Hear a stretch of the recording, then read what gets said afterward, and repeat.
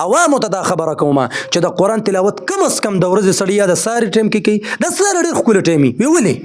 ګوره کله چې یو بنده مسلمان د ساري مانځه له پاسي که نه نو خامخا د مانځه نه مخکې به پاسي نو دی چې سنتو کې نو ټایم خو سره ډېر دله پکار دي چې د قرآن تلاوت توکي. یاد ساتئ ښه د قرآن تلاوت داسې مړه د قرآن تلاوت خپل یو اثر دی که نه. زموږ یو ملګری و هغه د قرآن تلاوت سم ډېر کو او هغه به د قرآن تلاوت دونه ډېر کو که نه نو لکه دا نه چې د نورو طلباو په شکل کې نورانیت نه و ماشاءالله د علم خپل نور وي د هغې پته لګي د هغې پته ښه صفا لګي خو لکه د هغې هلک نه د هغې هلک په شکل کې جدا نورانیت و او د شکل غورې داسې تور غوندې و خو چې تا به ورته کتل نو داسې د مخ نه به داسې پړق غوندې خط و یاره یعنې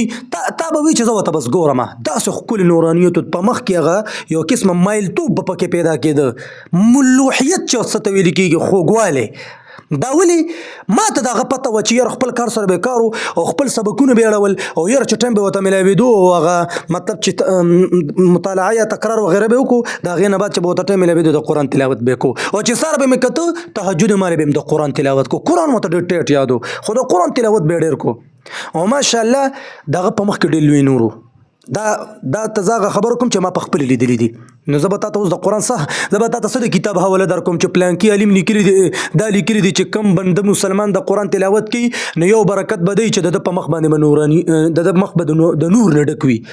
ما په خپله دا لیدلي دي ځکه درته وایم. نو دا یاد ساته د قرآن د تلاوت خو ډېر غټ غټ برکات دي ځکه چې قرآن دا خو د چا کلام ده خو د الله کلام دی خو دا یاد ساتئ قرآن نازل شوی د عمل دپاره دی نازل شوی د عمل دپاره دی خو د قرآن سره محبت دا دی چې کم از کم د ورځې خو یو رکو خو د قرآن نه ورکې یعنی یو رکو او هغه هم په چې ښکلې وې که نه مزیدارو یو رکو ښکلې مزیداره چې په تلفظ و پرسه وې 2 منټه پې هم نه لګي 2 منټه